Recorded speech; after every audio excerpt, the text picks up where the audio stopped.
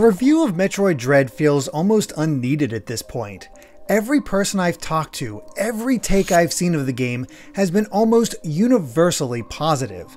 The team at Mercury Steam has managed to tap into the core of what makes Metroid so beloved and created an entry that not only meets the lofty expectations of fans, but subverts them in ways that feel fresh and creative. To satisfy those players while drawing in curious newcomers wowed by the smooth gameplay and gorgeous visuals is nothing short of a triumph for Nintendo. So a review may seem unnecessary at this point, but allow me to expand and extol why Metroid Dread deserves a place in your collection. Dread picks up sometime after the events of Metroid Fusion. A video depicting the deadly X-Parasite on planet ZDR was sent to the Galactic Federation, and in response they send 7 of their specialized EMI units to the planet in the hopes of wiping them out. Instead, all contact is lost, and Samus is deployed as the only person in the universe immune to the X. But soon after arriving, she encounters a silent Chozo that leaves her near powerless and stranded on the planet. Now, her only goal is to reach the surface and escape. Narratives in Metroid games aren't always the strongest. There's usually a solid setup to send Samus on her way, while the story itself is shifted firmly into the background until the ending. The plot, therefore, is her journey to overcome impossible odds and soak in the atmosphere of loneliness and danger around every corner. This was changed somewhat in Fusion, where story developments were regularly detailed and gave a greater sense of purpose to Samus, though at the expense of the freedom most Metroid fans expect. It still oozes atmosphere as Samus explores ZDR, but cutscenes are strategically placed throughout the journey that give a peek at what's going on while continually raising the stakes of the situation. It is the strongest narrative in the series by far, with revelations that genuinely shocked me and the absolute best characterization of Samus ever displayed. It's a tricky balance to have a character that is powerful while still showing their powerlessness. From the moment Dread begins, Samus is undoubtedly capable, but the sheer scale of what she has to overcome is simply that great.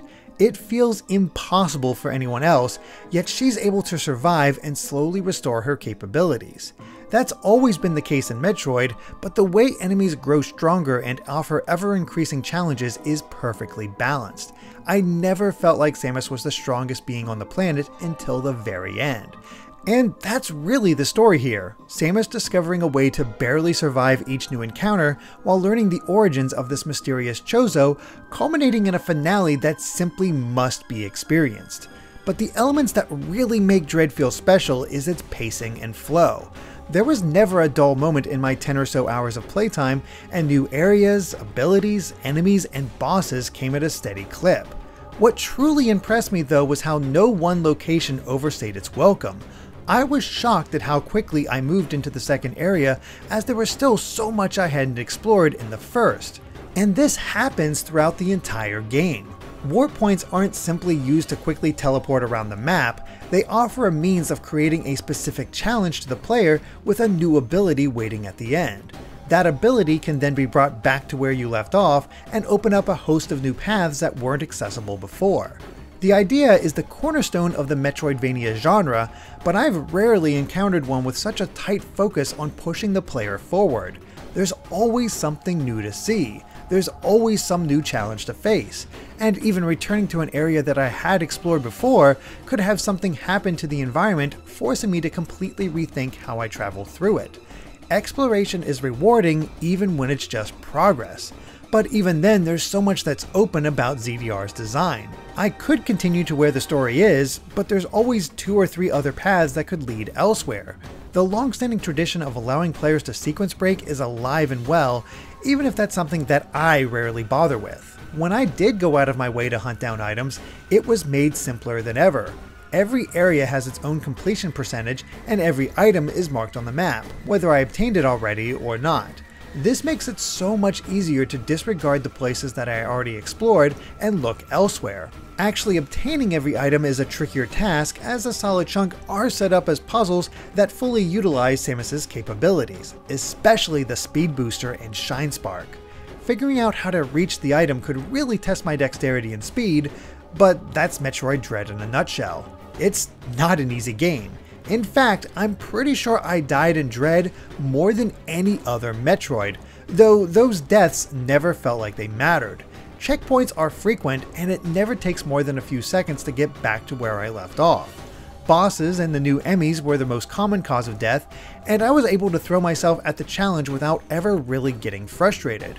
Instead, it felt classic in nature, daring me to focus on the fight itself, read the attack prompts, and learn how to overcome this new wall.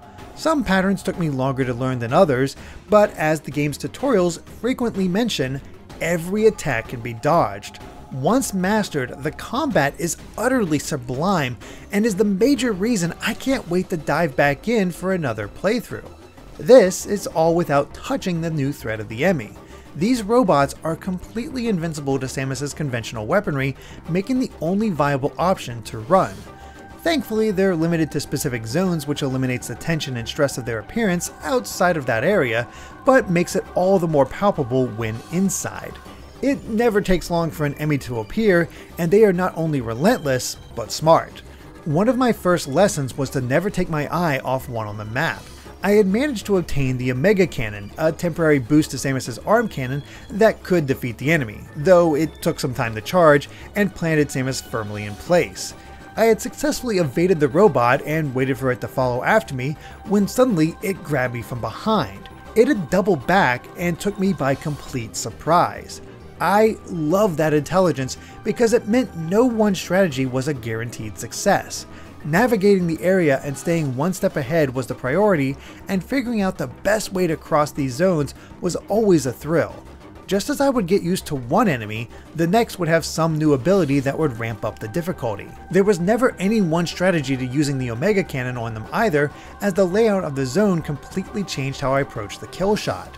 While I would die to enemy encounters over and over, there was something inherently satisfying about evading them, and it felt like a point of pride whenever I rarely countered their kill shots. Seeing their numbers slowly decrease showed just how much progress I was making. None of this would be as good if Samus didn't control well, but that's hardly a concern. She's fast, fluid, and near perfect. Every motion by the player feels purposefully received, and the expansion of her innate abilities keeps gameplay moving at all times. I treated her counter the same as Samus Returns for quite some time, always stopping and trying to read the enemy's pattern. But as time went on, I realized that the counter window was larger, making it so much easier to keep moving and lay waste to everything in her path. When Samus clicks, she feels almost like a dancer, dealing destruction in every direction, even more so as she recovers her lost abilities. These are a mix of new and classic, with some of the standby seeing some kind of change. Slowly swapping between these abilities is a thing of the past as well, as each one is mapped to a specific button or stacked with another ability. It may feel a little cumbersome at first, but learning how each comes together and utilizing them at the right time felt like I was becoming better. Nothing came across as the game's fault, I simply had to learn. And longtime fans will certainly be thrown off by the order of some of these unlocks, with some coming sooner than usual and others sidelined for a surprisingly long time. It's a small change, but it creates a different feel to every Metroid that came before. The visual storytelling is as strong as ever too. Every location feels well thought out in how it fits together in the greater whole. I found myself delighted in how it would show the various areas connecting and even interacting with one another. Then there was the realization of just how much care was put into this world, as every use of the Omega Cannon shifted the perspective, showing the spot with more detail. Being able to see what was on the other side of the doors shouldn't have been as much of a shock as it actually was. But even then, the art direction and graphical fidelity is fantastic. There was never a hint of slowdown, creating a smooth playthrough from start to finish. The music also nails the atmosphere of Metroid, providing great takes on classic songs, while new music fits the vibe of what came before. While no one track outside the boss music or Emmy chases stand out in my mind, I find that a credit to the game more than anything. I was so absorbed that it all felt natural and never distracting. Honestly, the key takeaway of Metroid Dread is one of self-reflection. You probably already know if the game is for you. If not, it comes down to a set of questions. What kind of player are you? Does difficulty make you more determined? Or do you get frustrated easily? Do you hate the idea of throwing yourself at a situation until you learn its intricacies, or is that an exciting prospect? Personally, I loved the difficulty of Dread. Some bosses and enemy moments took me try after try to finally get right. I could feel some frustration, but it never made me want to quit. The quick return to action made each attempt feel like at least some progress was being made. In fact, the final boss took me an hour to defeat, but not once did I feel a hint of exasperation. I reveled in that challenge, and by the time I finally beat it, my run was near perfect. Dread is nothing if not satisfying. Looking back over my playtime, I can't think of a single negative beyond the barrier of entry potentially being too much for some.